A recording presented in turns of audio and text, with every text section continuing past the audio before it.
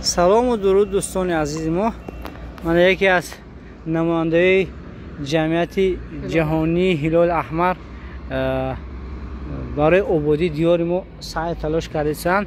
یک سخن میتیم ببینیم که درباره فعالیت کارهاشون برای ما یک فهمونن که تو اینکه ما هم فهمیم که اینجا چی گپ کار است. السلام علیکم معلم. من امانت به بیگی ما دولتمونم، کاتب اجرایی جمعیت هلال احمر در ناحیه مسجد. اینچنین در لایحه اکوپیپی یعنی سرعت بخشنی فعالیت محل در شرایط بحران گومنیتری و تندرستی 3 سال در همه محله همسرحدی کار کرده اومدیم. امروز در محله پدسک جماعت مسجد در اساس لایحه زهبره که در همه محله جماعت پدسک هست همین تازه کرده، کوپرو که همین از نفسازی کرده. امروز با چخل دیده ایستاده با مسافه نزدیک 900 متر اسفالت پوش کردیم که در اسفالت پوش کردن این محل همین اهالی محل فعالانه اشتراک کرده ایستادند.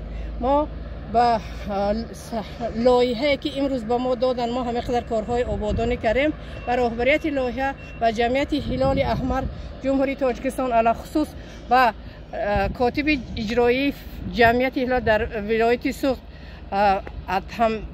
رحیموف ادهمشاه و کاتب گنرالی جمعیت هلال احمر در جمهوری تاجیکستان قربانیان بهادر باباجان منتداری بیان میکنیم.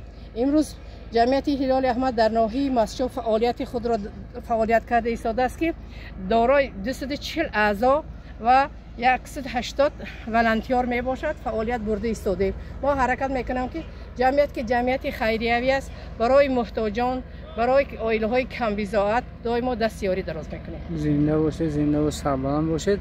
در کارهای آینده و موفقیت ها را خواهانستم که چون آبادی ها را برای همین مردم محل دیارها محتاج آدمای محتاج دستگیری میکنید. خداوند کسب کاراتون برکت در آینده می‌لیم از این دیده خوبتر و بهتر برای مردم خدمتتون رسد. خدا یار و مددگار، خدا یار و مددگار شما باشه. مردم در قبط مردم هستیم و به مردم دستیاری دراز میکنیم. زنده و سلامت باشه.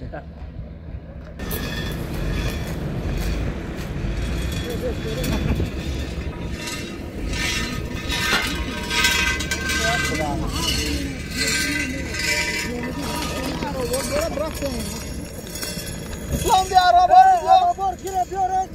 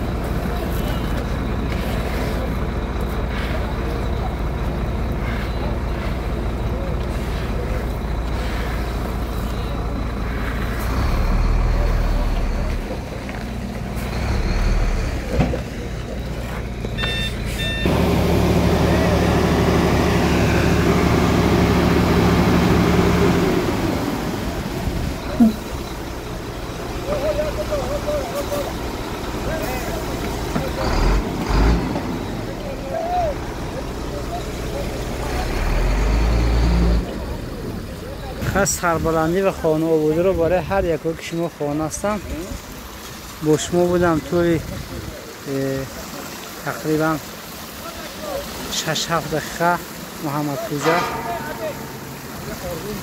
خدا یار و مددگار. همه خیلی ویدیو با شما پسند حتما لایک ها را زنید دوستو برای پیشروی دیار و دولت. خدا یار و مددگار.